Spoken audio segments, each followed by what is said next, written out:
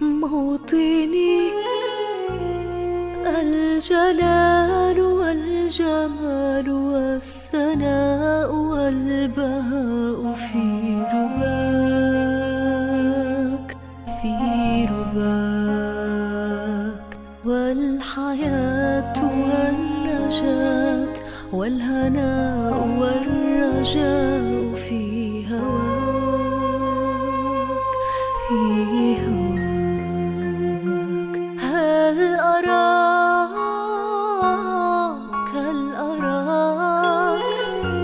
سالما منعما وغانما مكرما؟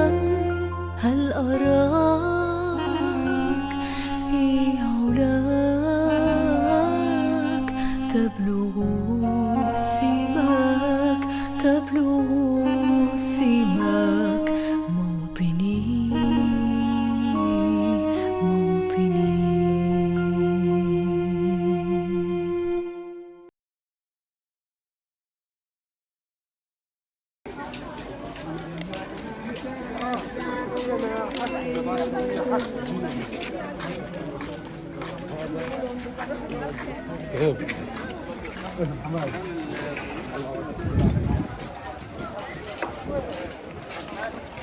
جاي والله برن عليك جواز الشاع يا قول لك الحرم تعالي والله يا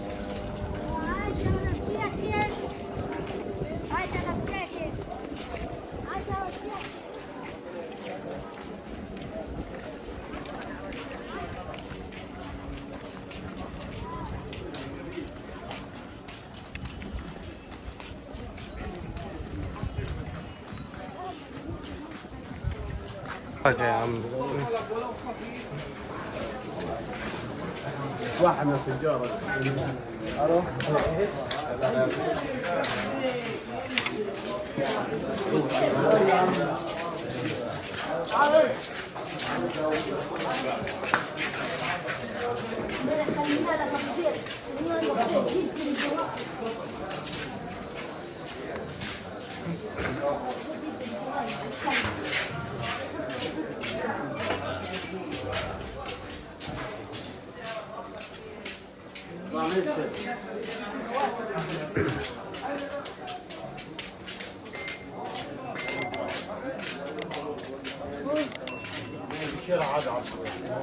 شمال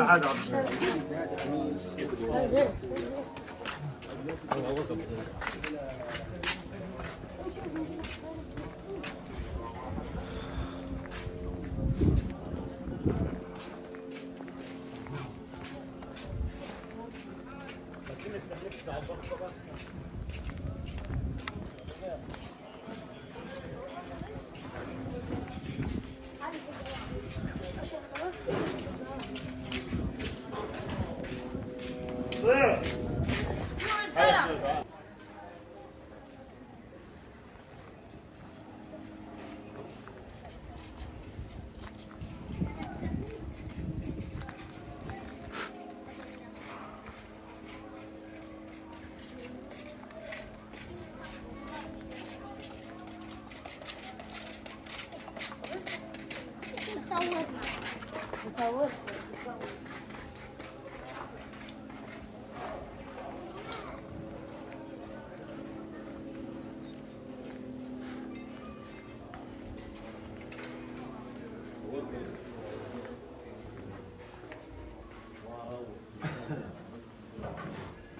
الله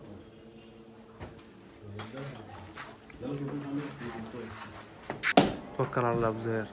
صباح الخير ابو زهير. يسعد صباحك وكل اوقاتك، حي الله فيك في البلدة القديمة في تراثنا الفلسطيني. الاسم اسماعيل قاسم، ابو مشهور فابو زهير، صاحب مقرا من معالم فلسطين ومزار سياحي في البلدة القديمة بجوار المسجد العمري الباب الشرقي للمسجد. قبل انشهر كنت انا ابسط في المكان هذا نفسه اللي انا فيه، واعمل منقوشه زعتر. ارتبطت منقوشه الزعتر بتراثنا الفلسطيني ومعالمنا الاثريه، فالناس صارت تجيني من جميع انحاء العالم، تتوافد علي وتجيني تشوف وين التصوير اللي انا بصوره. كنت اصور وانزل على الانستغرام، يسالوني التصوير هذا في القدس، في الخليل، في رام الله، اقول لهم لا، هذا التصوير في قطاع غزه في البلده القديمه. فكانت طبيعه الصحافه كانت توصل صوره للاخوه المغتربين في جميع دول العالم ولانحاء العالم كله على انه غزه فيها دمار وفيها حرب وفيها جوع، الا ابو زهير فرجاهم الوجه الجميل لقطاع غزة تراثنا الفلسطيني. فصارت تتوافد علي الناس من جميع أنحاء العالم، وطبعا احتويت جميع الطبقات. صارت تيجي على رحلات مدرسية، رحلات جامعية، مؤسسات، رجال أعمال، وفود من جميع أنحاء العالم، والحمد لله رب العالمين شهرت، وصار بطل عندي متسع في مكاني أعمل. رحت عملت مكان كان عبارة عن بيت مهجور، فرممته وظبطته، أصبح معلم من معالم فلسطين، مزار سياحي، وصارت الناس تيجي علي برضه كمان بزيادة. حبت المكان، حبت الإطلالة، كنت عامل فيه إطلالة طل على المسجد العمري، حبت الإطلالة فيه، ويجوا الناس يتصوروا وياكلوا منقوشة الزعتر. السر مش في منقوشة الزعتر كان، لا، السر في تراثنا الفلسطيني وجمال البلدة القديمة. والحمد لله رب العالمين كل يوم والتاني يزداد شهرتي لحد ما صار أبو زهير يلف العالم كله على طريق الجوال، طبعا على صفحات الانستغرام، الفيسبوك، التيك توك، يلف العالم كله وأنا قاعد في قطاع غزة. فصارت الناس تتشوق لحد لدرجة إنه صارت في ناس تدفع ما يقارب $5000 تنسيقات علشان يجي يفطروا عند أبو زهير، لحد الاتحاد الأوروبي إجا عندي، العمادي إجا عندي، الأستاذ بشار المصري إجا عندي. ما ضل لا رجل أعمال ولا سياسي ولا عسكري ولا أي أحد في غزة وبرا غزة إلا إجا عند أبو زهير وأفطر عنده منقوشة الزعتر وتصور ووثقت الكلام هذا. الناس صارت تيجي علي لأنه هنا تعد إنه تراثها الفلسطيني وهويتها الفلسطينية. إجت طبعا الحرب، حلم 15 سنة كنت عامل المطعم، كنت في 15 سنة وأنا أفحر في الصخر عشان أعمل اسم أبو زهير. حرمت حالي أشياء كتير عشان أعمل اسم أبو زهير أو مطعم أبو زهير ومعلم اللي الناس تيجي تتفكر في آبائها، في أجدادها، في تراثها الفلسطيني وعالمها الأثرية. وكنت مبسوط جدا لنجاحي، نجاح ورا نجاح لحد ما أنا وصلت القمر زي ما يقولوها. فعندما إجا الاحتلال الإسرائيلي وصارت الحرب هاي، حلم 15 سنة هدمه في أقل من 15 ثانية. هدم حلمي، هدم فكري، هدم كل شيء جميل في حياتي. استشهد ابن رحمة الله عليه، قصف بيتي، من بيت أصبحت في خيمة، من معلم من معالم فلسطين ومزار سياحي أصبحت زي ما أنت شايف ببسطة في الشارع. والحمد لله رب العالمين، إلا إني قعدت فترة الحرب طويلة جدا على إني مش قادر أعمل شيء، لحد ما إني أنا قلت مش لازم أبو زهير يستسلم، لأنه أبو زهير بيمثلش شخصه، أبو زهير بيمثل تراث فلسطيني أو غزة بشكل عام. فجبت الأغراض من ما تبقى من مطعمي، إشي مكسر، بلاطة مكسرة زي هذه، فرش مكسور، شريط عجين، شغلات يعني. كان عندي مصنع، على حيطك علم إنه كان عندي مصنع، المصنع هذا كان تشتغل 5000 حبة في خلال 4 ساعات. اليوم بتشتغل 500 حبة تقعد معك 8 ساعات 9 ساعات، لأن الشغل كله يدوي على المرق طبعا، وتقطيع على الإيد وعجين على الإيد، يعني شغلات صعبة جدا علينا. إلا إنه أنا قررت إني أنا ما استسلمش، وإني أنا أبدأ من أول وجديد ومن تحت الصفر، أبدأ وأصنع بأقل الإمكانيات وأرجع كأبو زهير، أرجع الروح للناس، أرجع الحياة للبلدة القديمة بعد ما اتقصفت واتدمرت. فلأني أنا رجعت عشان أظهر ما تبقى من تراثنا الفلسطيني ومعلمنا الأثرية. والحمد لله رب العالمين، نزلت على الانستغرام ونزلت على جميع التواصل الاجتماعي إنه أنا رجعت، فلقيت ترحيب واسع من الناس. شكرا لرجوعك يا أبو زهير، شكرا لأنك أنت رجعت لنا الروح للبلدة القديمة، شكرا لأنك أنت تواجدت في المكان الجميل اللي كنا نيجي نقعد ونسترخي فيه وناكل منقوشة الزعتر وكاسة الشاي ونتصور ونفكر أولادنا ونعلمهم إنه هذا تراثنا الفلسطيني وعلمنا الأثري إلى يومنا هذا، والحمد لله رب العالمين. هذا كل اللي صار. تمام أبو زهير، كيف الأسعار لقيت بعد هبوط الأسعار الكبير في السلع والمنتجات؟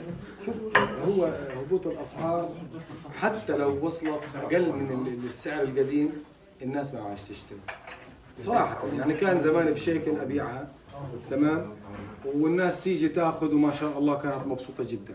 اليوم لو ب2 شيكل او اقول لك لو ترجع بشيكل الناس ما معاها تجيب فعليا، لا معاها تجيب مواد غذائيه، ولا معاها تجيب ادويه، ولا معاها تجيب كسوه، ولا معاها تجيب احذيه، ولا معاها تجيب لقمه تاكلها. لانه اليوم ما فيش اقتصاد نهائي، انعدم الاقتصاد الفلسطيني، انعدم البنيه التحتيه، انعدمت المنظومه الصحيه، انعدمت التعليم، انعدم كل شيء، انعدم حتى نفسيه الشباب، نفسيه المواطن انعدمت. لا معاه سيوله، ولا معاه كاش، ولا معاه في البنوك. الحرب هذه استنزفت منا كل شيء، كل شيء جميل في حياتنا، كل فلوسنا، كل يعني اتوقع انه احنا عايشين كاصناف بس بروح نتحرك فيها.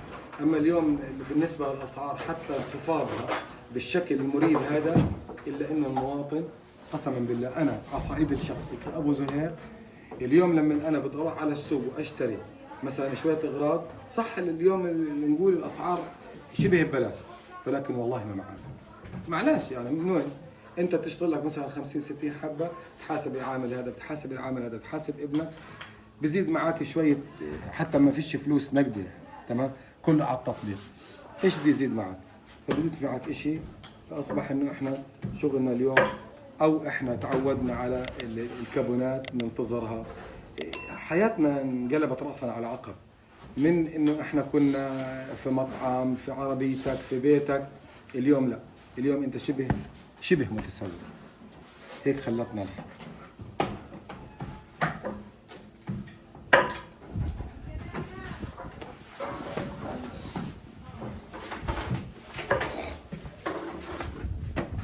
اشتغل كمل شغلك، مش مبين انت. انا بشتغل بحماس.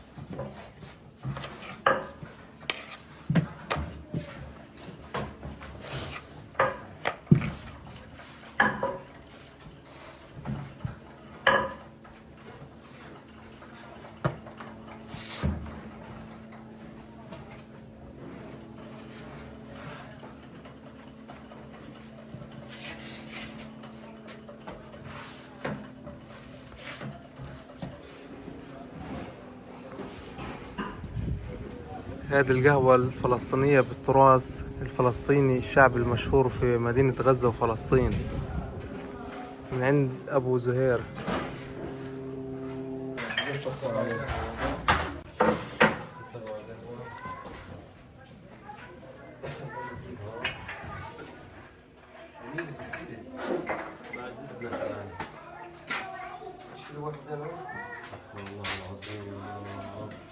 الكلة صارت قال لي يطلع رخصة بلاش، اشتري لك 10 صناديق لما. السلام عليكم.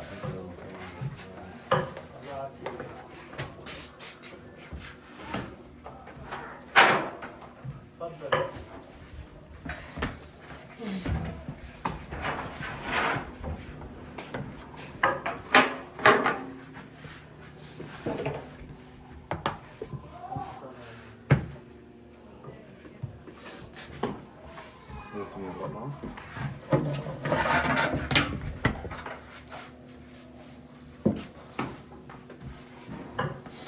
جبنا حوالي 5 معاش. ايوه.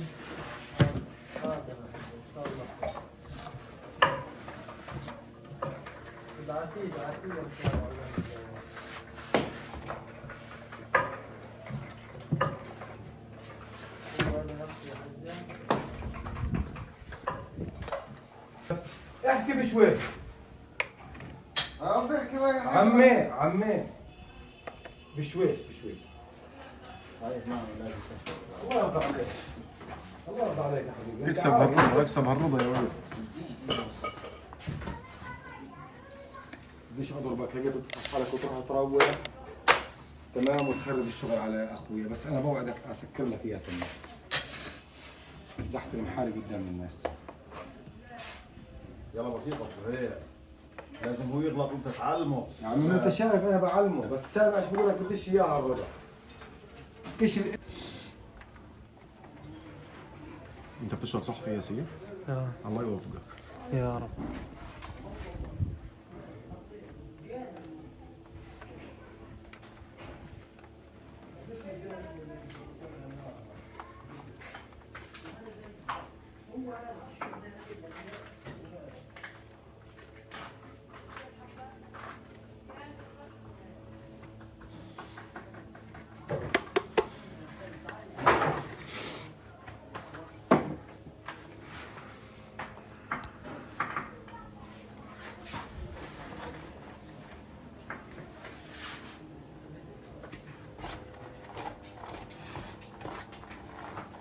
ايش في حكي؟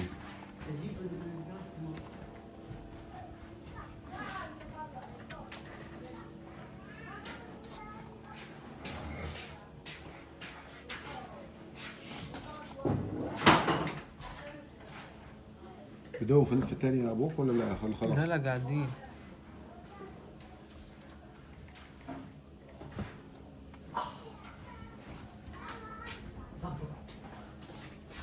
حكيم وين جبنا الصفرة الباقية؟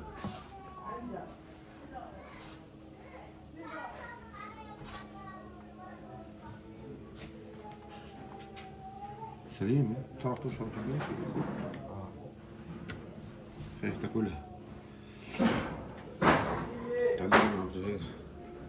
يا حنان.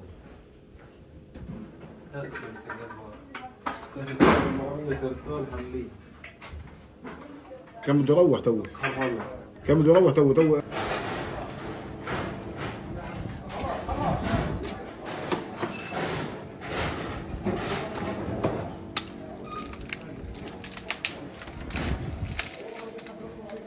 ايه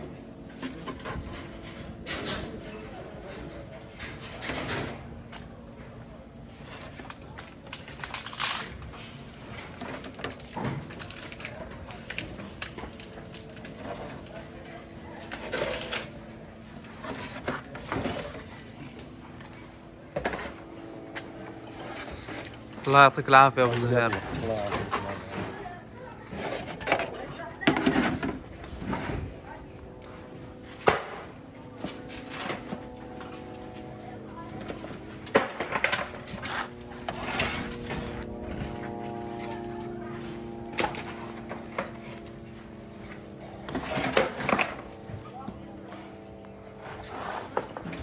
يا هلا بالغالي. سعد صباح.